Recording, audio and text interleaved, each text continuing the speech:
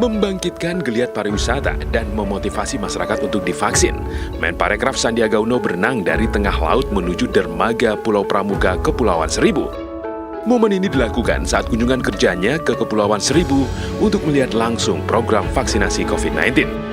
Sebanyak 2.000 dosis vaksin disediakan bagi masyarakat umum dan pelaku parekraf di kabupaten administratif ini dalam upaya meningkatkan kembali geliat pariwisata dan ekonomi. Bahwa pariwisata sangat terdampak negatif di sini. Oleh karena itu kita bangkitkan dengan kolaborasi, dengan vaksinasi, dengan protokol kesehatan untuk kebangkitan dan kepulihan ekonomi Kepulauan Seribu, pembukaan lapangan kerja, dan fasilitas pariwisata ini harus dijaga dengan protokol kesehatan. Pulau Seribu bisa ada kelonggaran dalam rangka peningkatan pariwisata, Pak. Ini yang harus kita berpacu bagaimana imunitas, bagaimana immunity di pulau ini cukup aman sehingga pariwisata bisa berjalan sebagaimana mestinya.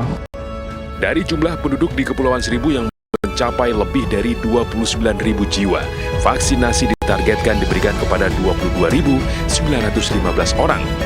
Saat ini vaksinasi dosis pertama telah diberikan kepada 18.000 orang, sehingga Kepulauan Seribu telah ditetapkan sebagai zona hijau untuk vaksinasi COVID-19. Dari Kabupaten Kepulauan Seribu, Vicky Irian Sahwahyudi, iNews melaporkan. Pemirsa, dengan berakhirnya status zona merah di DKI Jakarta, aktivitas warga di kawasan Gelora Bung Karno mulai normal. Masyarakat kembali berolahraga di kawasan tersebut dengan penerapan protokol kesehatan yang ketat.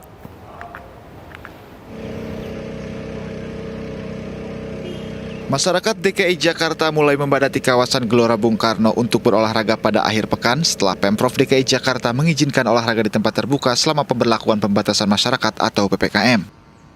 Namun masyarakat hanya bisa berolahraga pada jalan-jalan kawasan di stadion lantaran area Ring Road GBK masih ditutup. Meski demikian, masyarakat menyambut baik pembukaan sebagian kawasan GBK ini.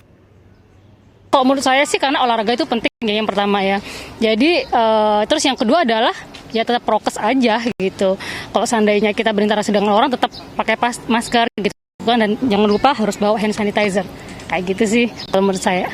Jadi kita harus imbang. Pakai masker juga kan itu merupakan cara kita buat mematuhi protokol kesehatan itu sih.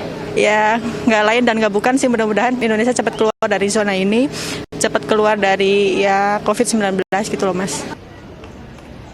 Selama PPKM, kawasan Gelora Bung Karno dibuka mulai pukul 5 hingga pukul 20 waktu Indonesia Barat. Para pengunjung wajib menerapkan protokol kesehatan ketat sesuai dengan imbauan pemerintah.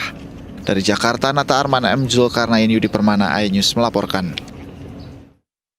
Pemirsa, Kapolri dan Panglima TNI meninjau lokasi isolasi terpusat bagi pasien COVID-19 di Medan, Sumatera Utara.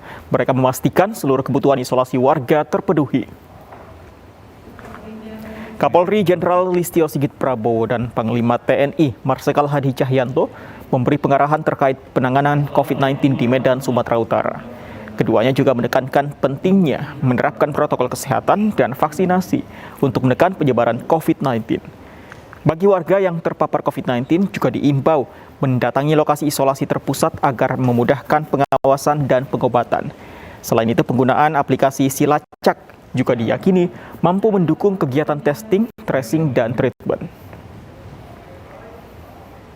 Beberapa langkah yang tadi disampaikan, mulai dari bagaimana melaksanakan kegiatan-kegiatan pembatasan untuk wilayah yang masih ada di level 4, dan juga bagaimana meningkatkan protokol kesehatan terhadap wilayah-wilayah yang diberikan kelonggaran terkait dengan asesmen di level masing-masing, sehingga kelonggaran diberikan tapi penegakan aturan terkait protokol kesehatan betul-betul penanganan tracing kontak erat setelah menerima informasi kasus konfirmasi,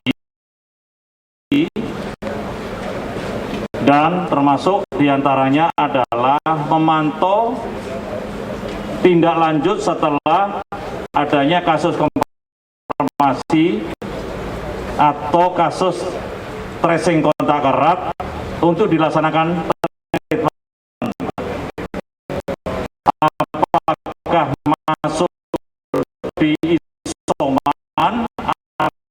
apakah masuk di isoter, termasuk fasilitas di isoter, nakes, vaskes, obat-obatan harus.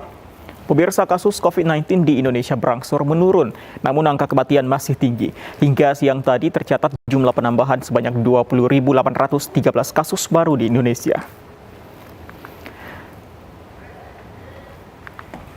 Berdasarkan data Satgas Penanganan COVID-19 hari ini tercatat sudah 3.854.354 kasus terkonfirmasi dan 3.351.959 diantaranya sembuh.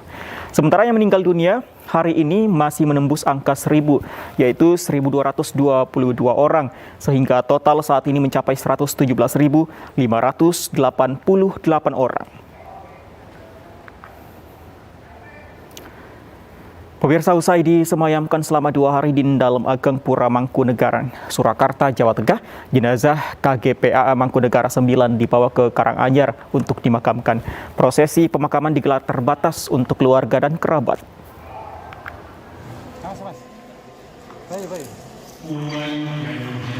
Prosesi adat pemberangkatan jenazah Kanjeng Gusti Pangeran Arya Adipati Mangkunegaran 9 dilakukan di Pura Mangkunegaran pukul 10 pagi tadi. Sejumlah pelayat baik dari keluarga, kerabat maupun masyarakat berdatangan untuk melepas kepergian Mangkunegaran 9 termasuk keluarga Keraton Kasundanan. Salah satu putri Raja Pakubuwono XII mengenang Mangkunegaran 9 sebagai sosok yang penyayang. Ini yang sangat berkesan bagi saya sendiri. Beliau ini sosok kakak yang sangat memperhatikan adik-adiknya. Jadi kita kalau latihan selalu ditunggui.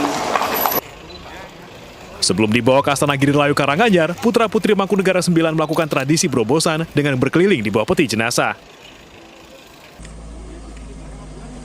Setibanya di Astana Giri Layu, jenazah langsung memasuki lokasi pemakaman yang disediakan.